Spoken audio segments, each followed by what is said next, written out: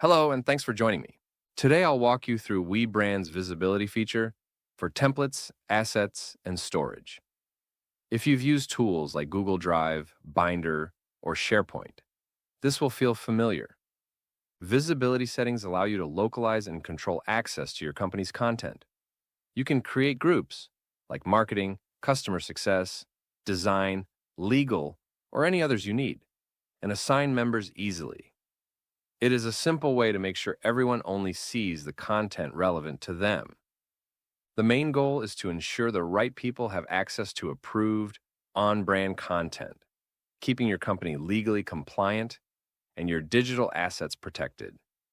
Here, I'm looking at a collection visible to all, but by opening the visibility settings, I can decide if it's for the whole workspace, public, or selected groups. I can quickly search and assign any group I've created. For example, you'll see the blue background is only for the testing group, while the white background is available to testing groups 2 and 3. There's no limit to groups, and users can belong to several if needed. This works the same way for assets and storage.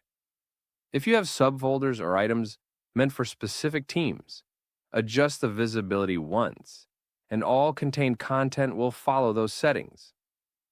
Being able to mix user groups in the same WeBrand instance is a game changer. It enables you to break down silos, support collaboration, and maintain perfect brand alignment across departments. With flexible control, you can confidently share or restrict resources, all from one secure, unified platform.